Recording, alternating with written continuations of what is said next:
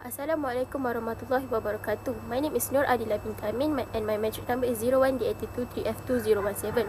So today I will present about the topic 4.1 audit in a computerized environment and topic 4.2 IT risk. So as we can see here, we have the content. First we have introduction. Next is audit objective of computerized environment. Third is we have the changes in audit scope. Fourth, we have major IT risk identification. Fifth is impact on financial statements. Sixth is recommended control. And lastly, we have the conclusion. So for the introduction, today most businesses use IT system for financial reporting and daily operation, and record are kept electronically with few physical documents. Therefore, auditors must understand how computerized systems affect internal control and audit risk. When IT is widely used, the audit procedure, timing, and extent may change. Auditor use laptop and audit software to prepare working papers, perform analysis, and test large amount of. Next is for audit objective in a computerized environment. First, we have the completeness. All transactions are fully recorded in the system. Means that the system must capture all the transactions without any missing entries.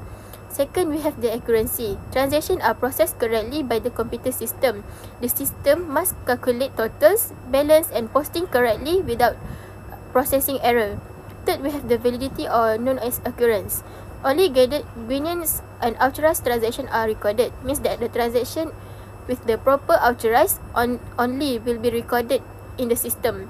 Fourth, we have the classification. Transactions are recorded in the correct accounts.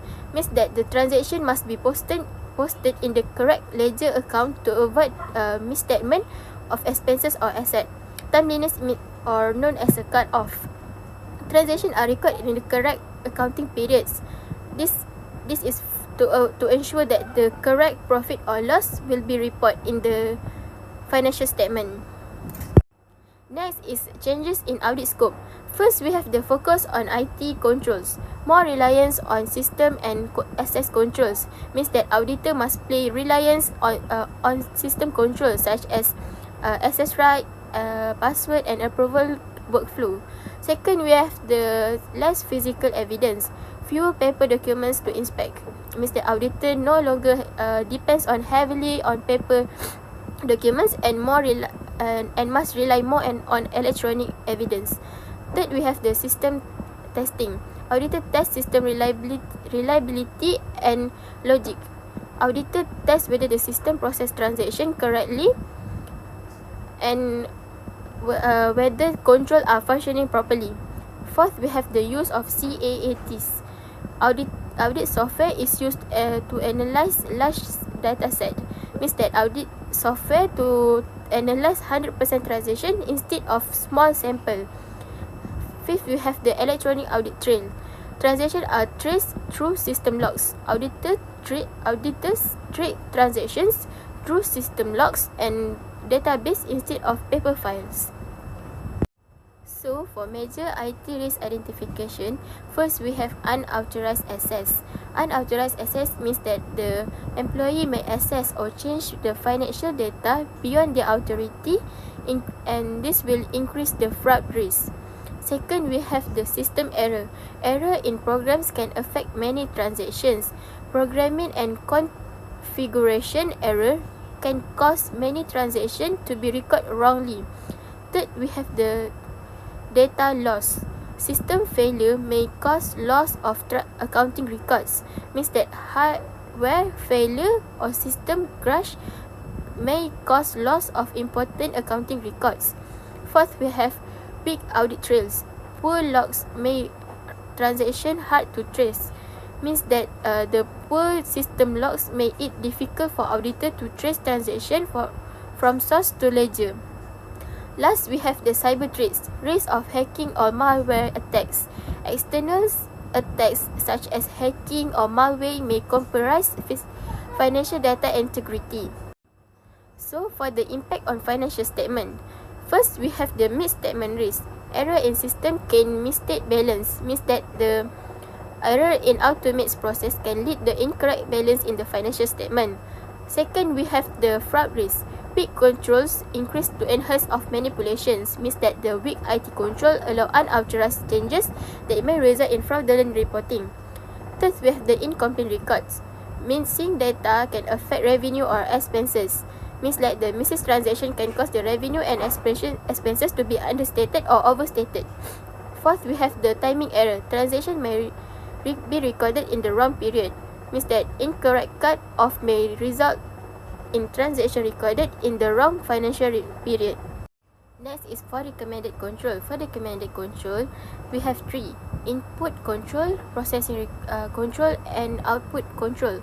For the input control, the purpose is to ensure the data entered into the system is authorized, accurate, and complete before processing.